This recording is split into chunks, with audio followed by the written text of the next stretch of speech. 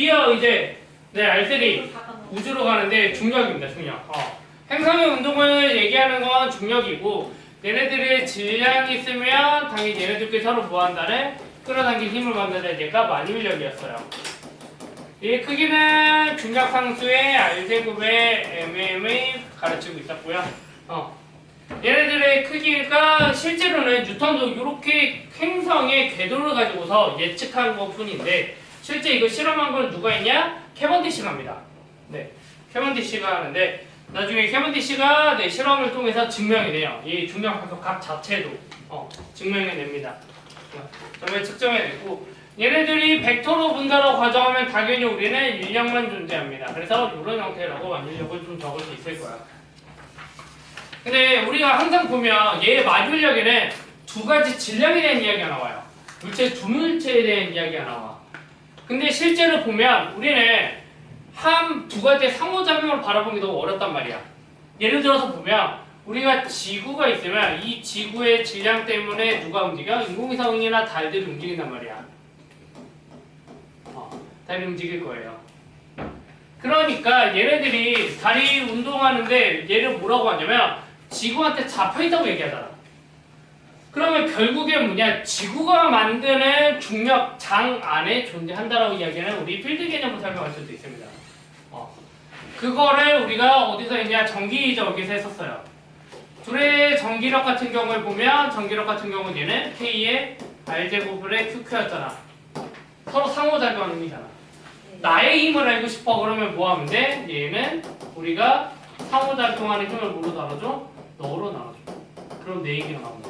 그래서 그거 있었잖아. 태수와 윈터에 대한 이야기.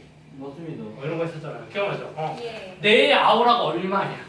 이런 거 있었잖아요. 네. 이런 거라면 얘가 나오면 K의 R제곱분의 Q 이렇게 됐었단 말이야.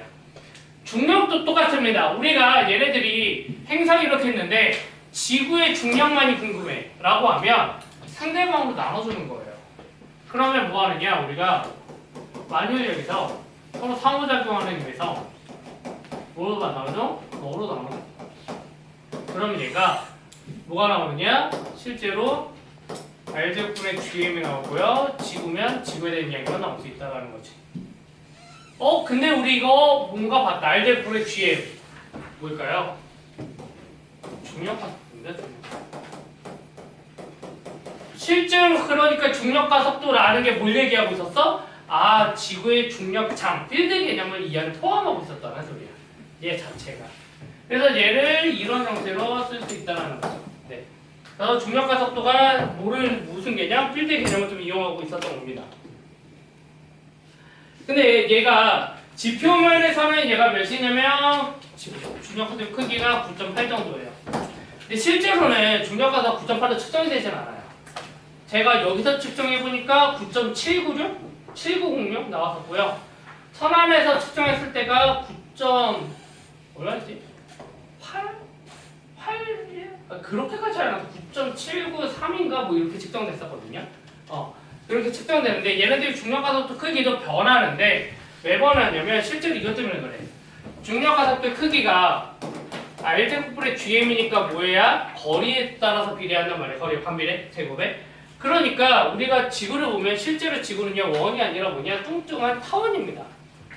거의 원이지만 그래서 뭐냐면 극지방까지의 거리와 적도지방까지의 비교하면 누가 더 커요? 적도지방이 더 커요. 얘가 더 넓단 말이야. 그러니까 당연스럽게 뭐 하느냐? 여기서 중력가속도가 작고요. 여기서 중력가속도가 커요. 그 다음에 뭐까지도 고려해야 되냐면 지구는 실제로 자전을 합니다. 지구는 뭐예요? 극지방 중에서 자전을 하죠. 그래서 회전을 하기 때문에 얘네들에 대한 힘도 빠지게 돼요. 실제로. 그래서 뭐냐면 우리가 우주선을 날릴 때 어디로 날리느냐? 지구 중력 가장 약한 부분에서 날려야 되기 때문에 제일 아래쪽으로 내려가요. 왜? 반지름이 늘기 위해서. 그 다음에 하나 또 뭐야? 이 자전에 대한 각속도는 똑같은데 얘네들의 속도가 서로 다를 거 아니야. 그러니까 얘를 활용하는데 이걸 활용하는 게 뭐냐? 원심력을 활용하는 겁니다.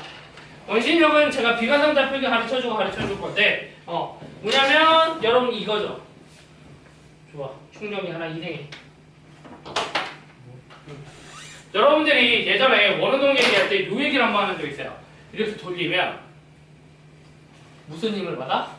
밖으로 날아가는 힘을 받는다고 이야기했어. 근데 그거는 여러분의 누가 대상이 된 거냐면 여러분은 여기 안에 돌고 있는 얘의 대상이 된 겁니다. 예를 들면 이런 거. 요 충전 머리에 입장이 된 거지. 그러면 얘가 멀리 나가는 힘을 받아. 근데 생각해보면 우리는 이제 알아. 얘가 원운동을 유지시켜주는 힘은 구심력이고 어디로 작용해? 안으로 작용해. 그 장력이 작용하는 거잖아. 근데 얘는 왜 그런 힘을 느끼느냐? 그거는 우리가 어디서 배웠냐? 여기서 배웠습니다.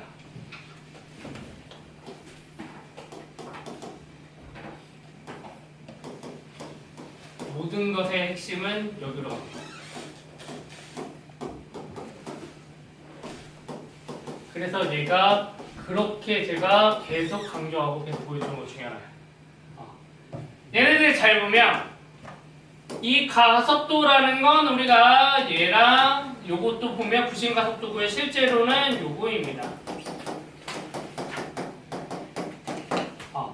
그 다음에 뒤에 있는 건 얘는 코리올리 힘이라서 얘 코리올리 가속도는 얘가 가속도입니다.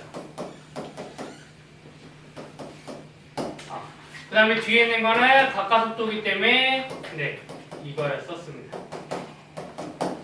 근데 우리가 지구가 자전을 한다라는 거, 지구가 자전한다라는 거 뭐냐? 여기에서 위치의 변화가 없다라고 가정하면,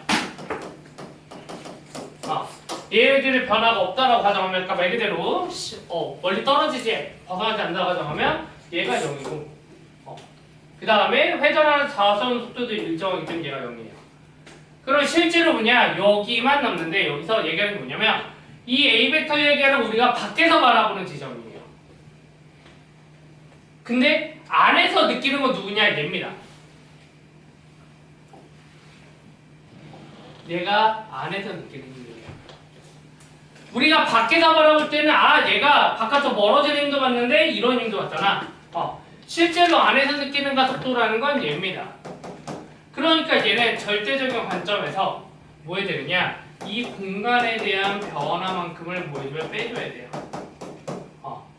그러니까 실제로 우리가 느끼는 중력 가속도는 뭐 하느냐? 우리가 느끼는 중력 가속도는 원래 얘가 잡아당기는 만유인력에 의한 가속도에다가 만유인력에 의한 가속도에다가 뭐만큼 빠지게 되느냐? 네, 원운동만큼 빠지게 됩니다. 이만큼을 빠지게 돼요. 왜? 원심력. 이게 원심력에 의한 가속도거든요. 실제로 원운동을 지금 유지시켜주는 힘이라고 알고 있지만 우리는 밖에서 말할 때 그렇지만 안에 있는 사람은 반대로 바깥으로 나가는 힘을 받는다고. 얘가 관상력, 비관상력의 관상자폭의 비관상자폭에 관한 내용 중에 하나입니다. 그래서 이거는 제가 비관상자폭에 하면서 다시 한번 할 겁니다. 그래서 우리는 실제로는 9.8보다는 적은 형태를 봤고요. 9.79에서 83 사이 정도가 대부분이 맞고 실제로는 네 그래서 우리는 요 중력 가속도를 구하게 된다라는 겁니다. 그렇다면 중력 가속도가 변할 수 있는 거야. 정의적 값이 아니라는 거지. 멀어지면 멀어져서 약해질 거야. 그러면 이렇게도 볼 수도 있지 않을까? 예를 들면 이런 거. 지구가 있어. 그러면 우리가 여기로 멀어질수록 중력 가속도의 크기가 뭐 할 거냐? 점점 줄어들 거야. 이렇게. 여기까지 알겠어. 그러면 결론은 이거지. 여기는 지구 안으로 들어가면 어떻게 변할 거냐는 거죠. 지구 안으로 들어가면 어떻게 될 거냐. 이거를 근데 이 아이디어는 우리가 어디서 가져왔냐? 생각해보면 어디서 가져왔냐? 배웠습니다. 네, 전기에서 배웠습니다. 왜? 뭐를 배웠었냐면 얘네들 절연체구를 한번 배운 적이 있어요. 이 전하량이 있다고 가정할 때 얘네들이 전기장의 세기가 뭐있냐? 전기장의 세기가 이런 형태로 감소하는데 안에서는 선형적으로 증가했어요. 중력도 똑같습니다. 얘네가 밀도가 일정하다고 가정하면 이 안에서는 거리에 비례하는 형태로 그려져요.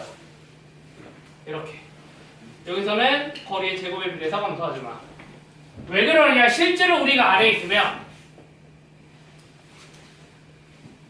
여기에서 얘네들이 받는 중력은 요 안에 있는 만큼의 중력만 받거든요. 왜 그러냐면 요 바깥에 있는 점이 만드는 질량을 얘를 끌어당기는데 얘 여기 있는 질량도 이렇게 끌어당기거든. 근데 서로 잡아당기니까 뭐냐? 상쇄돼서 사라져요. 요거에 대한 거 가스 정리라고 하고 요것도 중력에 대한 가스 법칙도 나중에 제가 가르쳐 주도록 하겠습니다. 그래서 실제로는 우리가 이 안에서는 요 안에 있는 질량만 작용하고 우리가 이때는 중력이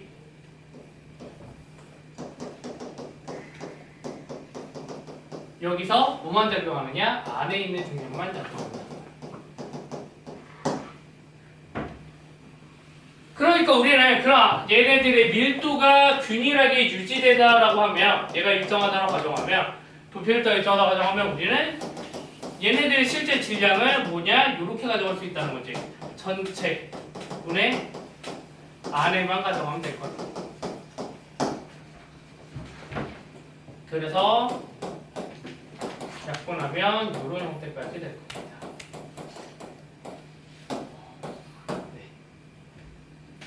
그리고 벡터로 보면 방향성이 필요하니까 당연히 방향은 어느 방향이야? 네, 가운데 방향입니다. 네, 중력은 안쪽으로 끌어당기는 것밖에 없어요. 항상.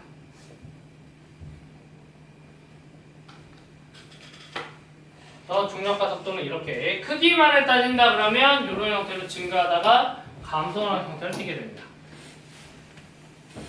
그래서 이것 때문에 우리가 뭐를 쓸 수 있느냐? 우리가 얘 때문에 뭐를 할 수가 있냐면 이런 걸 상상해 볼 수가 있어요. 지구가 있어? 내가 지구부터 구멍을 뚫어. 계속 뚫어. 그러면 내가 구멍을 계속 뚫으면 어디로 뚫릴까? 우리나라에서 쭉 지나가면 아르헨티나입니다. 우리나라 쭉 가면 아르헨티나예요. 그랬을 때 내가 여기서 낙하하면 어떻게 되느냐? 네, 답부터 알려줄게요. 얘가 여기서 여기를 기준으로 왕복하는 진동을 합니다. 하나의 중력이 용도초 역할을 해서 그게 뭐냐? 3-1번입니다. 지금 한번 풀어봅시다. 간단하게.